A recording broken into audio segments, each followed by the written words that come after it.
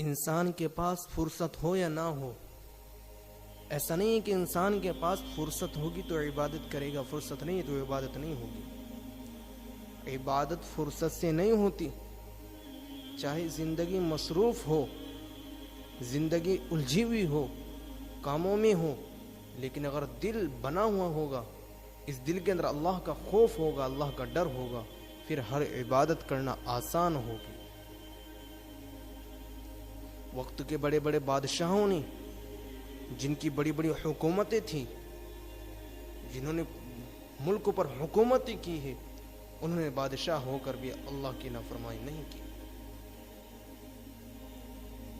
ہارون رشید کتنا بڑا بادشاہ ہے، آپ نے کتنے واقعات ان کے سنے ہیں۔ بڑی سلطنت کا مالک ایک بادشاہ ہو کر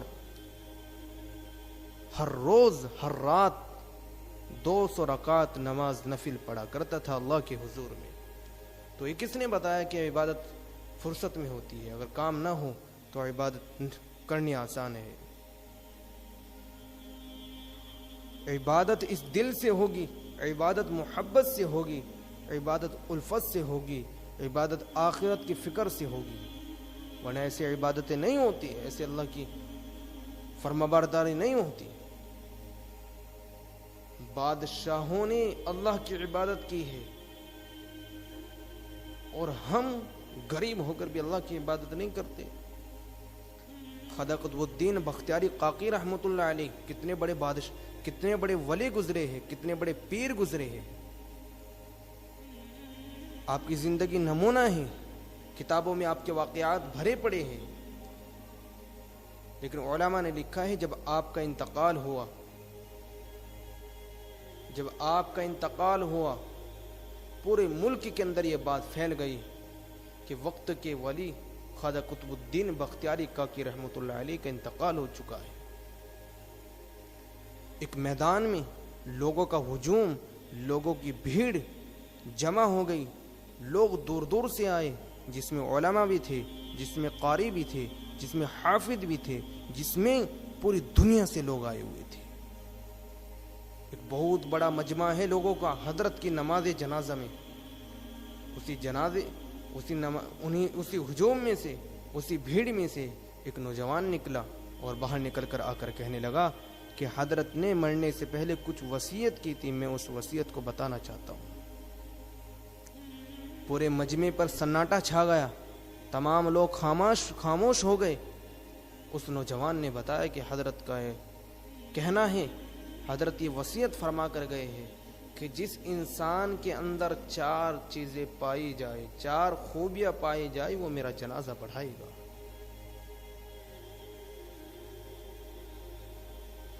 جب وہ 4 خوبیاں بتائی گئی، اس نے کہا کہ حضرت نے کہا ہے کہ میری نماز جنازہ وہ انسان پڑھائے گا جس کی زندگی میں کبھی بھی تکبیر اولیٰ نہیں چھٹی ہوئی ہو، جس نے زندگی میں ہمیشہ تکبیر اولیٰ کے ساتھ نماز پڑھی ہو، وہ میری نماز جنازہ۔ تو تکبیر اولیٰ بہت دور کی بات ہے، ہم تو نمازیں نہیں پڑھتے۔ وہاں بات یہ ہو رہی ہے جس کی تکبیر اولیٰ نہیں چھٹی ہے، وہ میری نماز جنازہ پڑھائے گا۔ میری نماز جنازہ وہ پڑھائے گا جس کی نگاہ کبھی کسی غیر محرم پر نہ پڑی ہو۔ میری نماز جنازہ وہ انسان پڑھائے گا جس کی کبھی بھی تہجد فوت نہ ہوئی ہو، تہجد نہ چھٹی ہو، تہجد قضا نہ ہوئی ہو۔ ہے ایسا انسان دنیا کے اندر؟ تہجد کی نماز جو شروع سے پڑھ رہا ہو، جس کی قضا نہ ہوئی ہو۔ وہ چوتھی شرط یہ کہی کہ حضرت کی نماز جنازہ وہ انسان پڑھائے گا جس نے کبھی بھی عصر کی سنتیں نہ چھوڑی ہو، جس نے ہمیشہ عصر کی سنتیں پڑھی ہو۔ آج ہم غور کریں کہ کتنی اہم صورت، کتنی اہم حضرت کی وصیت ہے، کتنی اہم یہ خوبیاں ہیں، یہ پائی جا سکتی ہے کسی کے اندر۔ ایک بڑا ہجوم ہے جس میں علماء، طلباء، حافظ، قاری سب لوگ موجود ہیں۔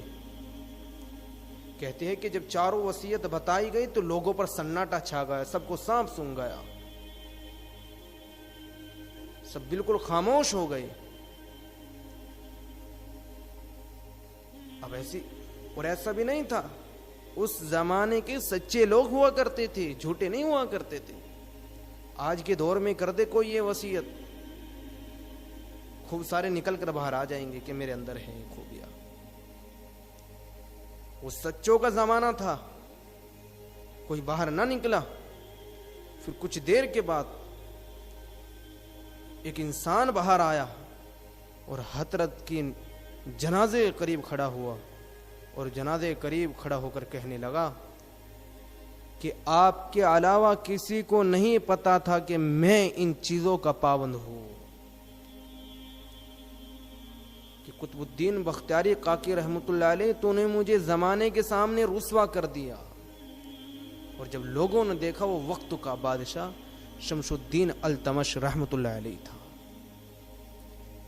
ایک بادشاہ نے اپنی بادشاہت کے باوجود فرض نمازیں دور کی بات ہے, فرض نمازوں کی تکبیر اولا نہیں چھوڑی. تہجد کی نماز ایک بادشاہ کی قضا نہ ہوئی, ایک بادشاہ کی نگاہ کسی غیر محرم پر نہ پڑی, ایک بادشاہ نے عصر کی کبھی 4 سنتوں کو نہیں چھوڑا. ان پر اتنی مصروفیات, رعایا کا کام, رعایا کا دھیان, ملک کے کام کاج. ایک بادشاہ اللہ کا اتنا بڑا ولی بن سکتا ہے, تو ہم اور آپ کیوں نہیں بن سکتے اللہ کے ولی؟ اللہ کے ولی بن سکتے ہیں, لیکن ہمیں اس دل کو صاف کرنا ہوگا, اس دل کو دھونا ہوگا, اس دل کو پاک کرنا ہوگا. اس میں خالص اپنے رب کی محبت کو بٹھانی ہوگی. جب رب کی محبت بیٹھے گی, جب رب کی محبت اس دل کے اندر آئے گی, پھر عبادت کرنا آسان, اللہ کو راضی کرنا آسان.